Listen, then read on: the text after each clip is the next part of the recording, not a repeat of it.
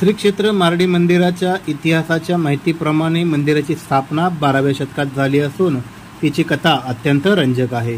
1212 मध्ये चैत्रवद्य अष्टमीच्या दिवशी देवीच्या मूर्तीची प्रतिष्ठापना करण्यात आली होती। देवीचे निष्ठावंत भक्त रंगनाथ गोसावी यांनी नांदेड जिल्ह्यातील माहूरगड येथे 12 वर्षाची कठोर तपश्चर्या केली। या तपश्चर्येनंतर रेणुका देवीने त्यांना दृष्टांत दिला आणि तत्कालीन मारोडे म्हणजे आत्ताचे मार्डी गावातील बनओहळ येथे जाण्याची आज्ञा केली। देवीच्या आज्ञेनुसार रंगनाथ स्वामी यांनी मार्डी येथे आले असता एका गायीला गावाच्या उत्तरेकडील बनओहळ येथे नेले। त्या ठिकाणी चमत्कार घडला, गायीला पाना फुटला आणि त्याच ठिकाणी जमीन दुभागली। या अद्भुत ठिकाणी देवीने रंगनाथ स्वामींना दर्शन दिले आणि मूर्तीच्या रूपात तेथे विराजमान झाली। त्यानंतर देवीच्या आज्ञेनुसार ही मूर्ती गावच्या पश्चिमेकडील महाकालेश्वर मंदिरात स्थापन करण्यात आली, म्हणजेच आजचे यमाई देवी मंदिर। तर उद्यापासून नवरात्र महोत्सवाला सुरुवात होत असून नवरात्र महोत्सवाची तयारी ही अंतिम टप्प्यात आली आहे। चला तर आपण या नवरात्र महोत्सवाची अधिकची माहिती मंदिराचे मुख्य पुजारी रंगनाथ गुरव यांच्याकडून घेऊया। श्री क्षेत्र मार्डी यमाई देवस्थान ट्रस्ट चे विश्वस्त रंगनाथ गुरव व पुजारी अशोक गुरव आम्ही असं आवाहन करतो की श्री क्षेत्र मार्डी यमाई देवस्थानच्या नवरात्र महोत्सव, परंपरागत नवरात्र महोत्सव दिनांक 22 वार सोमवार पासून सुरुवात होत आहे। सकाळी 8:30 वाजता घटस्थापना, 9:30 वाजता मानकरी गावकरी सुहासनी कलश घेऊन गोंधळी आराधी सर्वांच्या उपस्थितीमध्ये 9:30 वाजता सकाळी घटस्थापना आणि महापूजा होईल।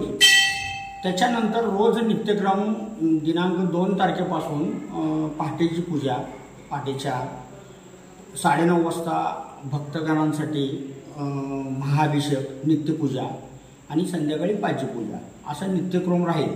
आणि अष्टमी आणि नवमीच्या छेदामध्ये नवचंदीचा होम होईल आणि त्याच्यानंतर घट उत्थापन होईल, पारणं होईल। आणि दसऱ्या दिवशी जे जुनी परंपरा होती की शिवलिंगाला आंबा गावामध्ये जाऊन, आंबा म्हणजे यमाई माता गावामध्ये जाऊन अशी आख्यायिका होती की तिकडे तुळजाभवानी आणि रेणुका माता यांची भेट होते। सीमोल्लंघन करून गावाला नगर प्रदक्षिणा घालून परत पूर्ववत मंदिरामध्ये येते। हे दसऱ्यापर्यंतचा नित्यक्रम। आणि आता या नवरात्र महोत्सवासाठी तयारी यमाई देवस्थानच्या वतीनं, ग्रामपंचायतीच्या वतीनं, भक्तगणांच्या वतीनं आणि प्रशासन असेल म्हणजे सगळ्यांच्या सहकार्यातून आता मंदिराची पूर्ण तयारी म्हणजे नवरात्र महोत्सवाची झालेली आहे। आणि दुसरं ह्या वर्षीचं खास वैशिष्ट्य म्हणजे जे पिढीजात महाद्वाराचा म्हणजे दरवाजा होता, त्या दरवाजाला म्हणजे तो जुना दरवाजा काढून चांदीचा सागवानी मोठा दरवाजा या गावचे नातू ॲडव्होकेट सोमेश वैद्य यांनी सुमारे 5 ते 7 लाख रुपये खर्च करून ओरिजिनल सागवानी दरवाजा, महाद्वाराचा दरवाजा मोठा हा देवीला अर्पण केलेला आहे।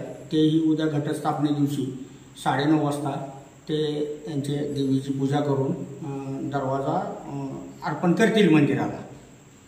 आणि दुसरं एक अजून असं आहे की आम्हाला सौर पॅनलचं एक युनिट माननीय माजी कैलासवासी माजी मुख्यमंत्री कर्नाटक राज्याचे धरमसिंग साहेब यांचे चिरंजीव आमदार डॉक्टर सत्यजित यांनी एक 5 लाखाचं 10 kVचं लाईटचं युनिट पण दिलेलं आहे।